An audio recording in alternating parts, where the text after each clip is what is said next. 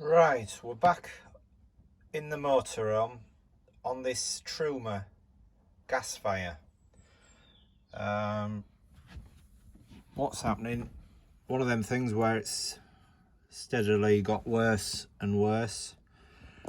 As you can see, we've got a control there. That is for the fan. 1 to 5. Pretty straightforward. But just below here, you've got another switch. That sets it onto manual, so you got it on there. And whatever you turn that to, that's what speed you've got. Then on the other side, at the bottom, then if you turn it to the other side, we're on automatic. What happens there is, put that onto 5, and as the heater gets hotter, the speed increases. So there must be something inside this switch that when heat gets on it, it creates conductivity and puts a current across, puts a connection across. But what's happening is that switch, as you can see, defective. And now as it happens, the last time I used this, it didn't work at all, but one of them where it does need fixing. But look, as you can see, there's a bad connection. To buy another one, obsolete now of course, you're talking 130, 140 £140.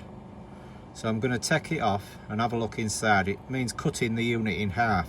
Once I've got this switch off, this switch unit, I've got to cut it in half to probably clean the contacts. So we'll have a look. To get the cover off,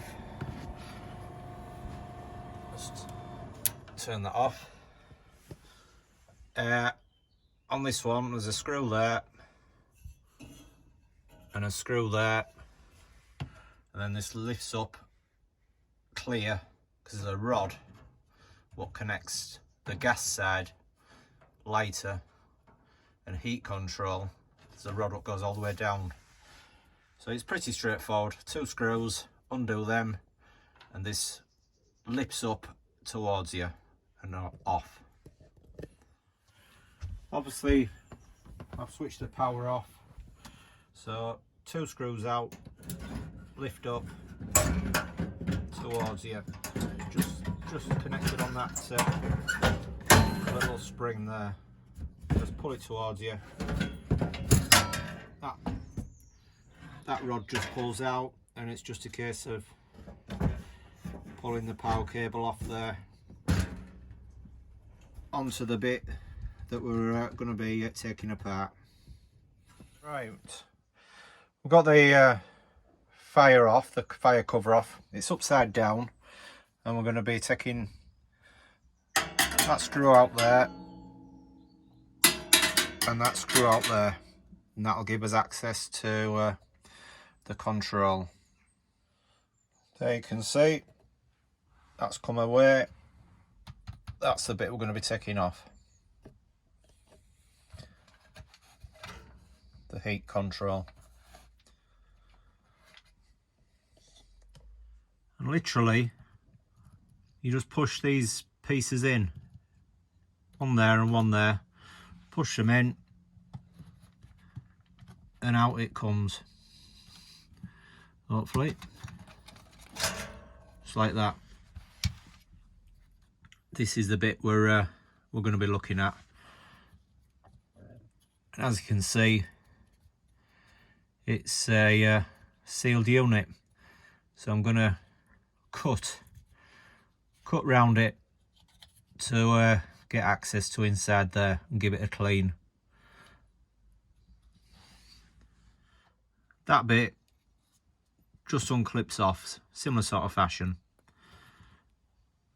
And we've got the unit there. Right, now for the tricky bit.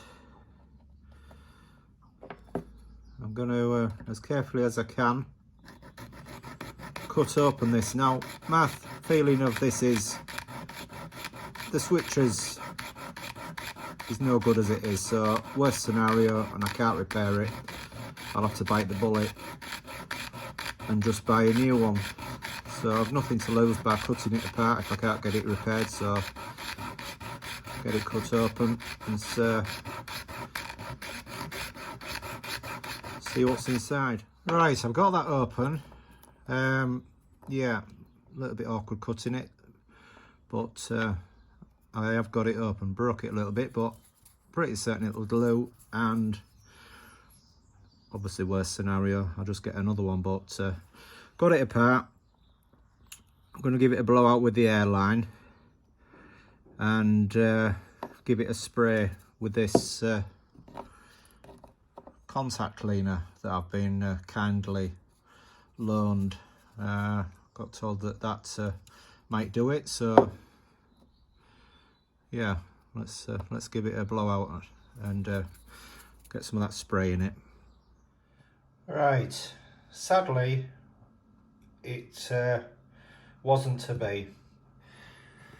I connected it back up, but it was no different. Basically that part of the switch is still defective, so I took it apart and I'm going to show an expert in the field. Got a couple of people lined up to see if we can probably dismantle it further, to see what we can see, what is actually causing the problem on that. But it was no different doing what I did. So in the meantime, reluctantly, I've bought another one. Used, obviously, because they don't make them anymore, as I was saying, discontinued. So I'm hoping this unit is okay, because it cost me £100 thereabouts, just over. So yeah, we'll get this one connected up, get us running, and I'm not going to give up on this one.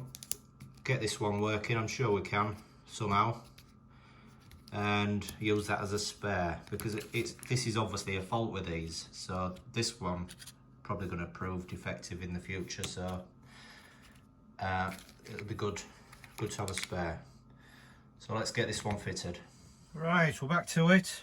Obviously everything disconnected, so let's just plug this one in and see where we are with it. Make sure it's all good. Hopefully it should be fine. So it's just a case of just pushing that plug connector in and switching the power on and seeing where we are with it.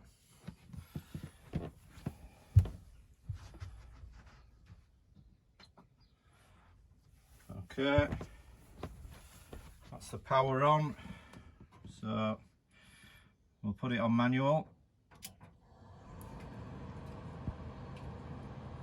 You can clearly, I would have thought, you can clearly hear the fan.